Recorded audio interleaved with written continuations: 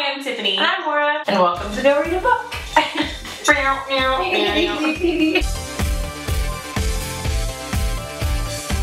The Book Thief is the most incredible book about a girl named Liesl. She's a young teenage girl in Nazi Germany, and it follows her life over a couple of years and what Nazi Germany was like as a girl in a family she's a foster child and with her foster parents, and it is just so beautiful. It's really long. It's extremely long and very wordy. Yeah. But it's worth it. I wish that I could just have a month to read this book and not do anything else, but like just sit in every single page because it is just that beautiful. And it's the kind of book too, I think, where I was glad that this book was as long as it was. There's certain books, for instance, A Thousand Splendid Suns by Colette Hosseini. Have you read that book? I don't think so. So amazing, this incredible book, but I was glad that this book was the length it was. Otherwise, I don't think it would have served its purpose. Yeah. Do you think it was too long?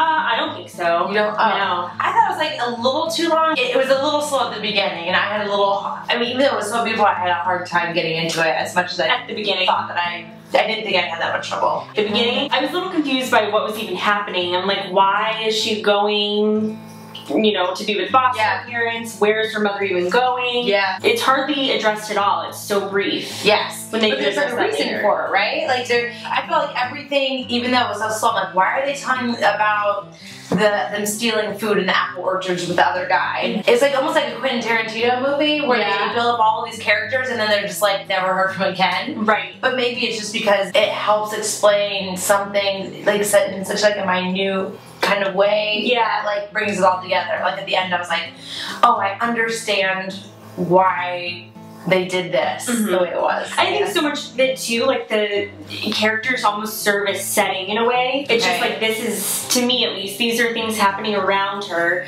They don't always serve to like move the plot forward because it's in a way like plotless. Not entirely, but in a way. Yeah, totally. You know what I mean? It's just like, there is a beginning point, there's an end point, but she's just like existing in this world and you're watching her exist in it for 3 years. And that's kind of what it is. It's just her life. It's just like her day-to-day. It doesn't necessarily have to mean anything. Yeah.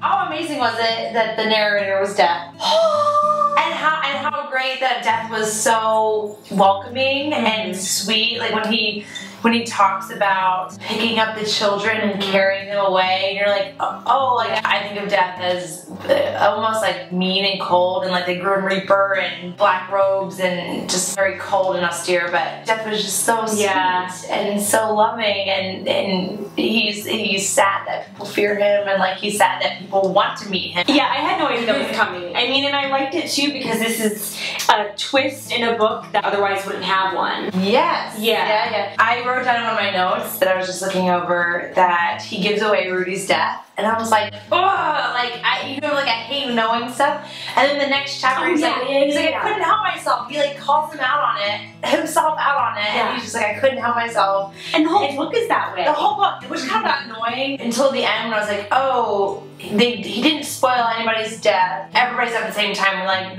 it was the bomb that killed. It was the bomb that killed everybody. But he didn't say Rudy's death was caused by a bomb, and like everyone dies except Liesl. Right. You know? Right. The last few chapters, I was just crying the entire book. It is one of those books. Like if you're gonna read it, be prepared to just, I think, be alone. Yeah, be alone. You always get the real tearjerkers, and I think the real crap books.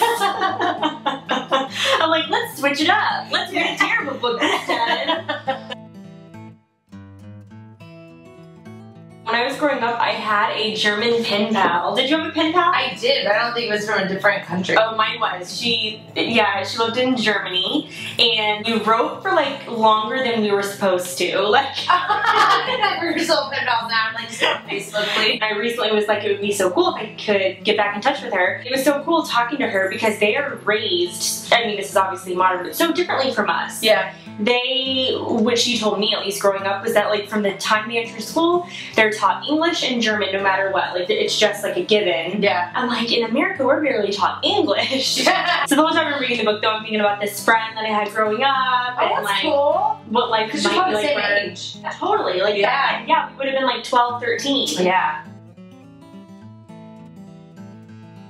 What I liked about the book was that it was from a girl's point of view and a German girl's point of view. Yes. Because you don't really see that much. Of, like, a book about the Holocaust from a German's point of view. Mm-hmm. And I feel like a lot of it's like Anne Frank, and then you have her diary and whatnot, but she's like hiding out in an attic where this is a German girl still living and breathing and walking around Germany because she can. I never really thought about it that way. I never have either. Like how You don't Germans ever are think about affected by that. Yeah. It also was interesting that everyone in the family, in the Huberman household, was anti, the Nazi regime, anti-Hitler, with it being unspoken. They never described, like, why. As far as I remember, it's a big book.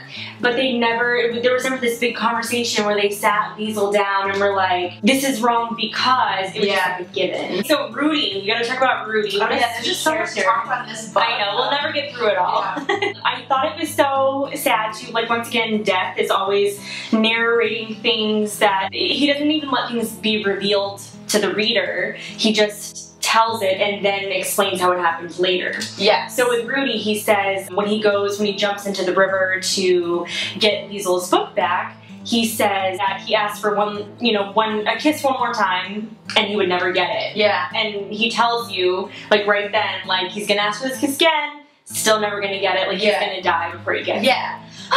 Were you so sad? I was so sad. I was mad. I was like, this is how life goes, and yet... Do you want them to, like, grow up and get married? I mean, like, I don't want to be ridiculous. I mean, I wouldn't have hated that. That poor girl, though, at 14, like, everyone she's ever loved has died. Yeah. Besides Max. I guess Max is living, and maybe her mom. Would you recommend this book too? Oh my goodness, more and more and more. I would always recommend this book. It's one of the best books I've read in ages. It's a good book, right? It's fantastic. We've read some really good books. We have this year, I guess. I'm just reading away. I know. I would recommend this book too. I would recommend this if you have time to actually thoroughly enjoy it, because if you're rushing through it, you're missing small but significant things, and you should be on the journey from page 1 till the end, because it's totally worth it, I think. Absolutely. I could not say it better. That's 100% the case. Yes, 100%. For the next episode of Go Read a Book, we are reading The Grinch. I know. Yes. I don't know if I've ever read that book as an adult. I don't think I've ever read the book. Ever? I've only seen the movie. Like, I know who the Grinch is. Like, everyone knows who the Grinch is, but I don't think I've read it. I know I've been listening to books more, but watching the movie does not count. I know. Oh, the book thinks this movie. Oh yeah, did you watch it? I just sounded so British and it was so cute. The book thinks this movie. Well, tune in next time, and we will see you back here. Bye! Bye!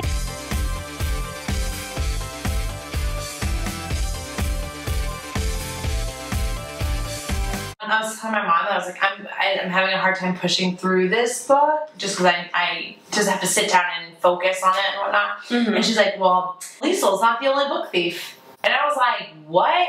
Why would you say that, Mom? And she's like, well, that's all I'm going to say. I'm like, you didn't have to say it. Like, there's nothing else you have to say. She's like, I'm not going to say anything else. I'm like, my mom has not read this book, therefore I have not received any mom spoilers. Spoilers.